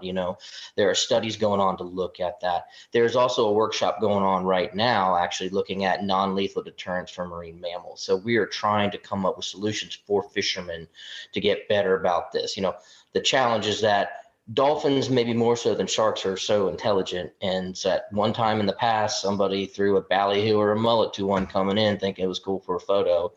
And that animal was like, wow, these things with engines in it are a source of food, and they teach their offspring. And then it just becomes to this, challenge that we have right now. And it's everywhere. It really is. It definitely is. So Nicholas, you touched on it a little bit there, talking about, returning those fish down to the school. That definitely makes sense. Correct me if I'm wrong, but this year, I know there's always been venting tools and ways to get these fish back. And the venting tool was a law, I believe. So now, starting this year, you either have to have a descending device and or a venting tool to be legal, correct? Correct. And Sean, you can correct me if I'm wrong, but I believe between 2008 and 2013, roughly in that time range, venting tools were required on board. But there was a lot of misuse, which can cause more harm than good, which I believe led to that being, or helped to lead that regulation to be repealed. But yeah, now the Descend Act went into effect January 13th of this year, 2022, and it requires anglers fishing in federal waters for reef fish to have either a venting tool or a descending device rigged and ready to use in federal waters. Just having them sitting on their boat isn't going to do anything now. Having a rigged descending device getting rusty in a cup holder doesn't help the fishery if all the fish are floating off. So it's really up to the anglers to kind of take action here and do our part in helping these reef fish survive, so it contributes to our own future of the fishery.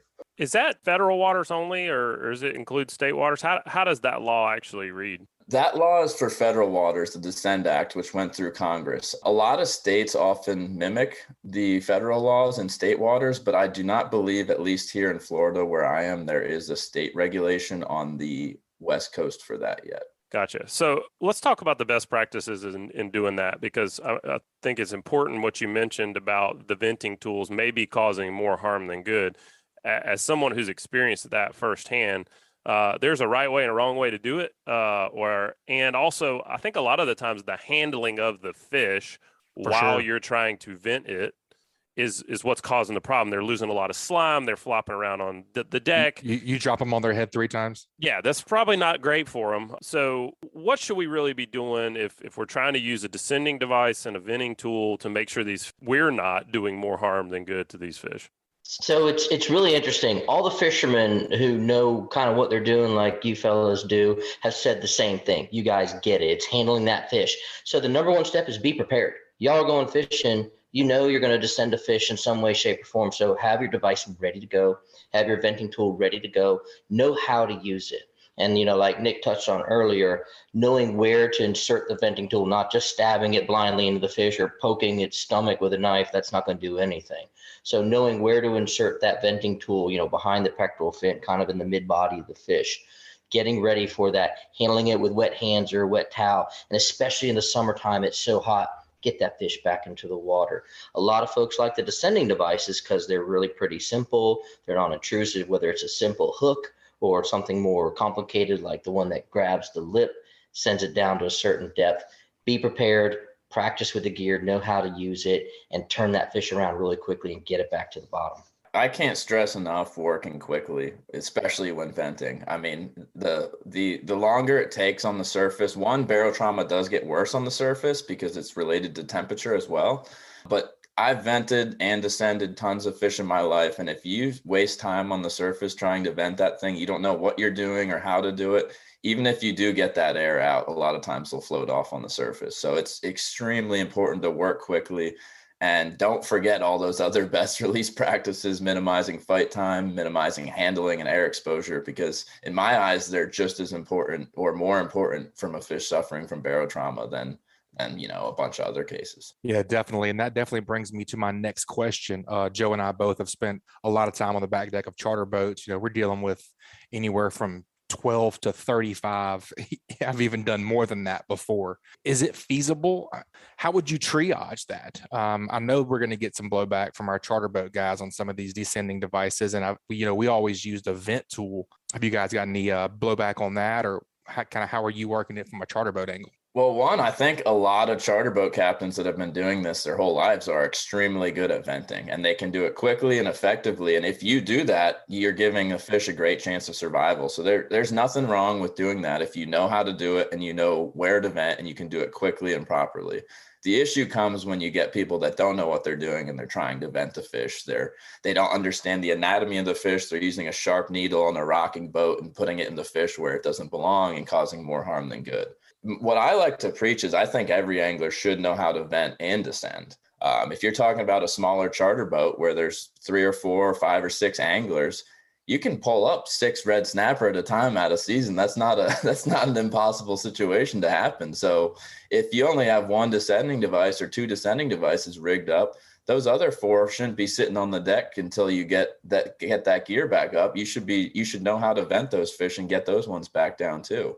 Fishing is just, there's so many different situations out there, and just being prepared, I can't stress that enough. Yeah, it's interesting to hear you say that, because it's something to think about. If you're maybe a one-on-one guy, you're out there fishing, it's just going to be one fish coming up at a time, a descending Not device. an issue. Makes a lot of sense. I mean, you send it back down and start fishing again. But like you said, just on a 6-pack boat, you got 1 deckhand, you got 6 anglers, 6 fish come up that all have to go back down. What you're saying is you have both a venting tool and a descending device. Don't have one or the other. But if you had to choose one, you feel that the descending device is going to work better than the venting tool, even if somebody's using best practices with the vent. Would you say that's accurate? I've used both a lot in my life, and I've gotten to a point where I would rather descend a fish than vent a fish. And the reason behind that is from 1, years of experience learning what works and what doesn't work and how to get an efficient process on your boat. So I like to use a spare bent butt rod and keep it in the 30-degree rod holder and have that rigged on with the weight. So I can catch a fish, dehook it or get the hook out and clip it on and drop it down and release it all in one motion where I don't need the help of anyone to do it. And if you have a nice 2-speed reel on that bent butt rod, it's almost no work getting that 2-3 pound weight back up to the surface. So the first time people use descending devices, I think it can be clunky and difficult and cumbersome and time consuming. But the more you do it, the more you learn all these little tiny tips and tricks that make it so efficient that I'd rather just clip a fish on a sequelizer or another descending device and drop them down and not have to worry about venting them, not have to worry about dropping them on their heads or getting my hands cut up. And then even knowing how to vent properly, I've still seen fish pop back up. Yeah, but however, like on a head boat, like y'all mentioned, you hit a school of grunts or something that y'all don't want to keep, or beeliners, 20 fish come up. The professional mates, the men and women on those boats, know how to vent within about 10 seconds. So they can run through a line of fish. They don't have the luxury of descending. So it depends on the situation. Like we mentioned before, be prepared, know the situation you're in. If you have a good chance of having, 12, 15 fish come up at once, get ready with 5 venting tools. And if you have a descending device, that's great. But sometimes you don't have the luxury. So again, it depends on the situation, what you're prepared with, and what you're practiced to do. I'd like to add one more thing.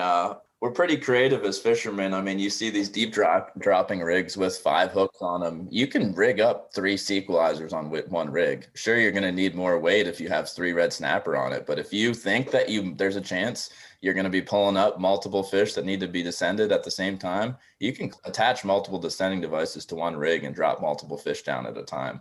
You could even drop 2 small fish down on one device as well. So there's options out there to release multiple fish at a time. And there's even an elevator. It's basically a milk crate or a bread basket with dive weights, and you can put 5, 6, 7, 8 fish and flip it upside down and send it down on, a 50, 60, 70 foot rope, and all those fish can go on from there. So like Nick said, fishermen are creative, man. They come up with solutions to problems that are just incredible. So people have been thinking about this and working to do their best to save the fish that they catch that they want to release. Yeah, where there's a will, there's a way, no doubt, I think. But at the end of the day, people don't change their behaviors because somebody told them to change it. They change it because what's in it for them. So my question is, if we start to adopt, if everyone were just, you could say you could flip a switch right now and everyone started descending all these fish, and we have what we think is 1 million fish that are dying a year, if I heard that correctly, correct me if I'm wrong on that, each year due to barotrauma. How many do you think would be saved? I mean, is there data out there that suggests that it's 1 in 10 of those fish that are being descended properly or vented properly are living, or is it 5 in 10 or 9 in 10? So I'll give you an example from the Pacific coast, right? They have a fish out there called rockfish. Mm-hmm. And they're these really cool, in the kind of sort of grouper family, look like a grouper and snapper had a baby or whatever. They were closed 100%, especially for the yellow eye and some other ones. No retention, no keeping whatsoever. And the fishermen out there, the charter boat, the head boat guys, they got together and started working with scientists on descending devices and started sending them down. The science came back that this was working. It actually opened up a fishery that was closed for a number of years. So it is possible, working with scientists, when fishermen give, their experience, their data to scientists, the scientists work with fishermen on problem solving, coming up with solutions. There's a great example where a fishery that was closed 365 days a year has now opened up. And forgive me, I don't have the exact numbers on how many fish a year they're allowed to keep. So the example exists that if fishermen do this, they do work in conjunction with scientists, do the right thing in best handling practices, that it has before opened up a fishery, and maybe that'll help fisheries. It is certainly a step in opening up more fisheries, more opportunities, if you will, for fishermen. How does that work, Sean? I'm glad you bring that up, because I mean that would be a motivation for a lot of people. Huge if they motivation, thought, especially if for they the Gulf thought, guys. Right. I mean, if they thought, let's just use the red snapper as an example, but there's lots of others. If they thought that doing this was going to increase the quota or create longer seasons, both would do that. I'm sure a lot of people you'd get better buy-in on this. How does something like that move through when it comes to quotas and it comes to longer seasons and things like that? Is, say the science is there that, hey, look, everybody's using descending devices and we've just reduced our barotrauma mortality by 80%. What actually has to happen for something like that to come through and turn into a suggested higher quota or a longer season? When we talk about discard mortality rate, that kind of plays into that quota, how many fish are dying after release. Sean, you did a great job mentioning that, we talk to anglers, we figure out who's releasing what, how many are being caught, X, Y, Z, but also scientists in the background are publishing studies out in the field using different release techniques and seeing how many survive. So all of these go into these stock assessments and into these estimates of discard mortality rate. So just another very brief example from the Atlantic, I believe the red snapper discard mortality rate is somewhere between 0.2 and 0.3%. So around, call it a quarter of them die after release, just conservatively here. A recent study from last summer showed that with 100% descending device use of over 250 fish tagged with acoustic telemetry, so they were tracked, that we know they survived, almost, I believe 87% of them survived. So that's around a 0.13 discard mortality rate. But a lot of people don't even know what descending devices are. So there is far from 100% descending device use in the fishery. So when stock assessments or when these discard mortality rates are estimated through stock assessments, when you look at the science and you look at what anglers are actually doing, a very small reduction in that discard mortality rate equals more that can be harvested. And back to my question, Sean, how would something like that actually happen? I think everybody, hopefully by this point, understands the data of how just by fishing and releasing fish, we're killing fish. If we don't kill as many fish, that should lead to higher quotas. But how would it actually get pushed through and become more days fishing for folks? Right. Well, again, it's based on the science and on the fishermen. Let's say say there's a fish in the Gulf of Mexico, and we can kill 1 million fish a year, right? But that fish, when we let them go, 28% of whatever we catch dies. We start using descending devices, and that rate drops to 10%. So that would go into the equation. That has to go through the Gulf Council, and it has to go through the CDAR to see what that takes. Those are the ones who govern what happens. But I think the science would show if fishermen were compliant, the fish were responding equally, there's room on the table to open up quotas in the future, potentially for a fish that kind of receive those benefits from fishermen's hard work and hard dedication and communicating with science the data that they are seeing. There certainly is a pathway there to open up more opportunities and open up more quotas. So, Sean, if I'm understanding you correctly, like you say, first thing you got to have is good data. And Nick, it sounds like there's good potential here to maybe reduce a 25% return mortality rate to maybe cut that in half, 12, 13% return mortality. And when you start talking about 1 million fish, we're talking about, over 100,000 fish that could potentially live just by changing the way we release them. That's awesome to hear those kind of numbers we can affect that change, getting back to how this can actually be put into place. You mentioned the Gulf Council.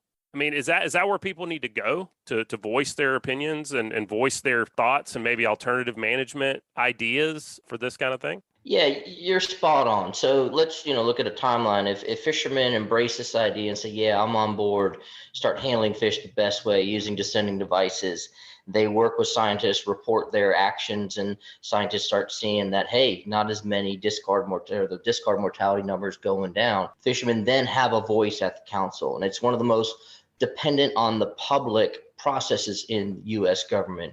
You go to the council, you become educated, you speak what you're seeing as a professional waterman or waterwoman, working with scientists, informing the decisions, and then helping the council come up with ideas to maybe change and embrace alternative management strategies that might open up opportunities for fishermen with better results and better science and better data. Well, we can talk about this, returning them right, but without seeing somebody do it, without seeing a fish vented correctly, and without seeing a descending device, Butch, I haven't used a descending device yet. I've only ever vented fish, so that's going to be new to me. You really do need to see these things in action, I'm sure. And like you were talking about, Nick, there's maybe descending multiple fish at once. And Sean, you're talking about using the elevator. I hadn't even, considered that. So there's different ways to do this. And what you need to do may change based on if you've got 2 people on the boat or 20 people on the boat. Where can people go to get more information, and where can they go to find these descending devices? Well, a great place to start is just simply going to returnthemright.org. We put together a website that goes over what barotrauma is. There's resources on there for learning more about how to use them, where to buy them. We have the supporting science, so all the publications summarized, so you don't have to read the whole scientific peer-reviewed publication on what scientists have done, how they released the fish, and which one survived and which one didn't. So that's all on there. And then on top of that, we have a short 15-minute training or review of best practices that focuses on that situational awareness, and it teaches how to properly vent, how to properly descend, why it's important. And we actually ship anglers in the Gulf of Mexico a package of descending devices and release gear to use out in the water to support a healthier fishery. So not only are we trying to provide the knowledge to anglers, but we want to give anglers in the Gulf of Mexico the tools to do so as well, and to use them effectively out on the water. Well, guys, thanks so much for joining us today. This is an important issue. Obviously, a lot of unnecessary mortality is happening if we'll use these practices correctly. Appreciate you guys sharing your knowledge on it and pointing folks over to returnthemright.org. Thanks, Joe and Butch. It was a pleasure to be here. All right, guys, that wraps up another great segment. You guys took a quick minute to check out a few of this week's sponsors. That segment was brought to you by Bucks Island. They have new pontoon boats, bass boats, bow riders, and aluminum boats for sale. They provide boat service on all kinds of boats, even if they weren't purchased from Bucks. Visit them at 4500 Highway 77 in Southside, Alabama, or give them a call at 256-442-2588. Also brought to you by MB Ranch King.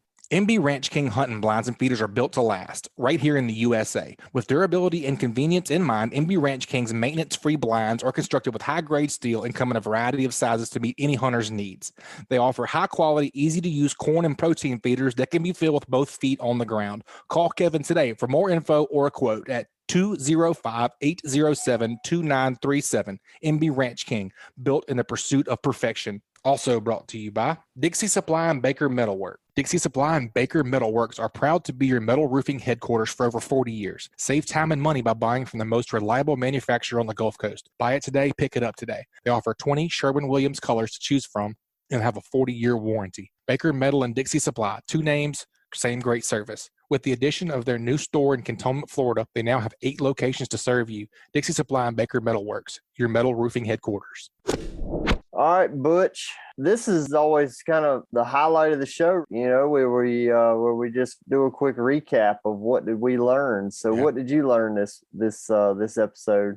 Man, I learned a bunch. Luckily, we talked about several of my favorite things. Tripletail being one of them, top water being another one of them, and just fishing in general. I enjoyed this.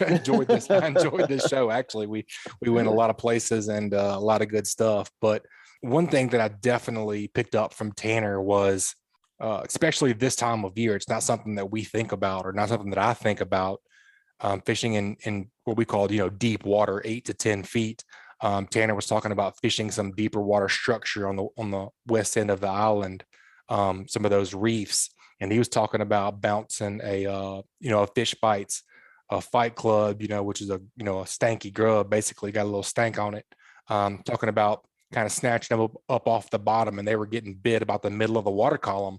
That definitely stuck out to me. That's not something that I like that kind of fishing pretty much all of the other times of the year, but it's just not something that I think about right now. So I'm definitely going to put that in the back of my mind and into my arsenal.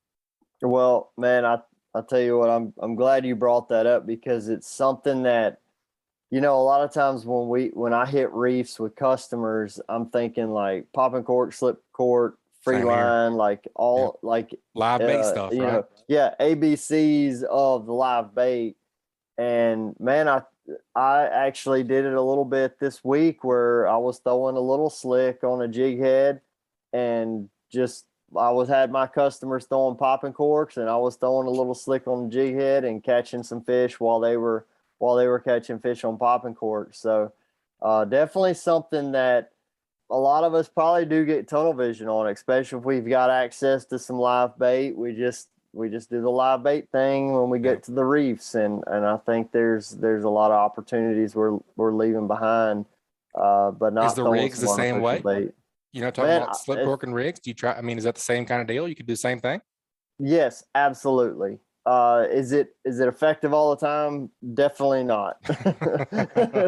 But I have seen it, especially on days when the current seems to be a little bit lighter. Yeah, I feel like I can really get a good presentation where that lure has the ability to be able to sink down through the water column, possibly getting picked up on the way down, or when you're hopping it on the bottom, the current's not pushing your line and sweeping your bait up off the bottom, on a really hard current. So that's something that definitely works, but not on every day. So yeah, just something to remember. Definitely keep that in the back of my mind. It's in my arsenal for sure. What'd you learn, man? What'd you pick up from today?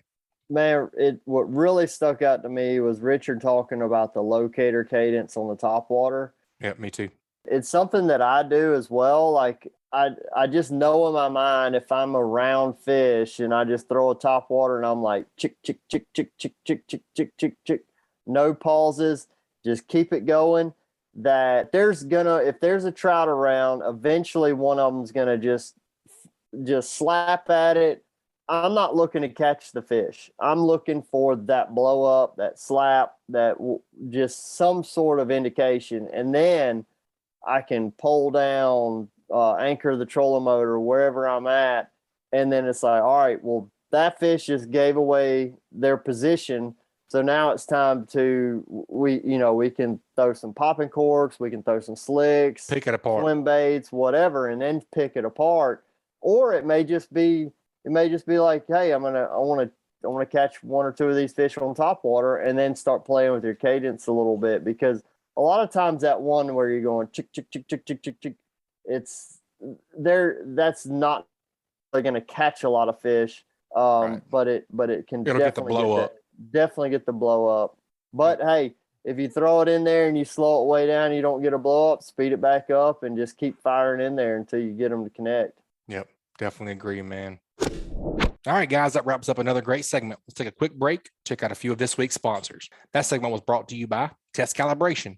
If your diesel has low power or is consuming excessive amounts of fuel, these are common signs that your turbocharger may need to be rebuilt. Don't waste your money online with the cheapest options where you get no support after the sale. Test Calibration has been selling and servicing diesel, turbochargers, and fuel injection systems since 1976. No matter if you're running a diesel in your boat, tractor, or truck, Test Calibration can help you. Contact them at 800-822-0057 or visit them online at testcalibratindieselandturbo.com. And also brought to you by National Land Realty. If you're in the market to sell your land, check out the fastest growing, most innovative land brokerage in the country. With the largest online presence in the industry, the bottom line is when you market your land through National Land Realty, the right buyers will know your land is for sale. Contact your Emerald Coast National Land agent. That's me, Joe Baya, at jbaya@nationalland.com, or call me at 850-296-7098. Captain Patric, I enjoyed it today, man. Thank you for being my co-host. Man, I love being backseat driver occasionally. Definitely enjoyed it, man. We covered a lot of topics. We went in depth on some topics that I think needed to be addressed. I feel like we gave some good information to our listeners, especially for this time of year. There's going to be some stuff that gives some people some direction, at least for this weekend, I would think. Yeah, well, shoot, topwater is relevant from now till probably Christmas, in my opinion. Yep. Sure. I mean, there's times where it may not be very effective. You know, you may have select days, but I mean, overall, it's something that should be attempted at some point during the day. But yeah, man, I appreciate the invite to come on here and co-host with you. Heck yeah, man. Good stuff. I know it's the busy season for you guys, and I'm sure your books are looking pretty full, but if folks want to try and slip in and get some work done, what's the best way to get in contact with you? Man, best thing to do is go to uglyfishing.com, click the book now button. You can check out my calendar. I am networking with some guys that are kind of part-time guiding, sometimes during the week, some in the weekends. So if you look on my calendar, you see that it's full and there's no availability and you need to get on the water, just shoot me a text at 251-747-1554 and I'll try to get you on with one of these guys. And trust me, this is not just like pulling straws out of a hat of who's going to go with what. I mean, guides. Yeah. Yes. These are guys that are going to take care of you. Guys that I would send my own family members to go fishing with. So, yeah, I appreciate Ugly it. Fishing Approved Guide Network. That's right. So yeah, y'all shoot me a text if you see a date that you just got to go and I'm not available, and I'll do my best to get you set up. Heck yeah, man. We appreciate it. I enjoy the show and keep whacking them, man. Y'all be safe. All right. Thanks, Butch. All right, folks, that wraps up another great Alabama saltwater fishing report. Please subscribe, rate, and review wherever you listen to podcasts. And don't forget to text the word fishing to 314-665-1767 to get that 10% off AFCO promo code and also to be added to our email list. And we'll send you the new show each week. You guys be safe out there. This week's Alabama saltwater fishing report has been brought to you by Yakdix. Yakdix Real Fishing Kayak Rentals and Guide Service. They offer everything needed for a great day of kayak fishing.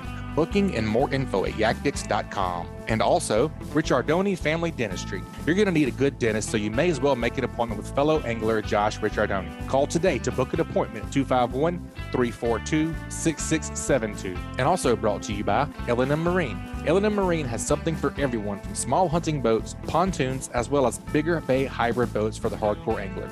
Go visit them at 34600 Highway 59 in Stapleton, Alabama, or call 251-937-1380. This week's Alabama Saltwater Fishing Report brought to you by me, Angelo Di Paola, The Coastal Connection. Find us online at thecoastalconnection.com. And also Sam's Stop and Shop. Sam's Stop and Shop is your one-stop shop located at 27122 Canal Road in Orange Beach. Sam's has a little bit of everything, including a deli, inshore, offshore, and surf fishing tackle. Stop by and shop or call them at 251-981-4245 today. Also brought to you by Foster Contracting, Fortified Roofing Pros. Did you know you could save up to 40% on your homeowner's insurance with a fortified roof? Learn more at fortifiedroofingpros.com or call them at 251-973-9999. And also brought to you by the Alabama Marine Resources Division. The Alabama Marine Resources Division reminds all recreational anglers that gray triggerfish, greater amberjack, or red snapper must be reported through Snapper Check prior to landing the fish in Alabama. For more information about Snapper Check, please visit outdooralabama.com. And also brought to you by CCA Alabama. Catch a tagged redfish this summer and win a 2022 Nautic Star 215 bay boat in the inaugural CCA Alabama Star Tournament. Sign up now at joincca.org/star tournament. And also brought to you by United Bank. United Bank supports our farmers with financial products and services designed specifically for agribusiness. All loans subject to credit approval, equal housing opportunity lender, member FDIC. And also Photonis Defense, simply the best in-class night vision systems ever built. Contact them at photonisdefense.com to learn more. Photonis Defense, masters of darkness. And also brought to you by Admiral Shellfish. Admiral oysters are available by the dozen at Bon Secours Fisheries, Inc. in Bon Secours, Alabama. From a simple, nutrient-dense appetizer at home or a shucking party with friends, Admiral oysters will steal the show. Call 251-949-7411 for pricing and availability. Follow their adventures on Instagram at Admiral Shellfish Co. And also brought to you by AFTCO. Family owned and operated AFTCO fishing apparel and tackle are designed to handle the harshest elements and help you weather any day on the water. From cold tournament mornings to the humid summers of Florida, their products are built to handle the extreme. They are proud to hear customer stories about the 20 plus years of life cycle of their AFTCO products. Visit aftco.com, that's AFTCO.com, for on the water performance gear.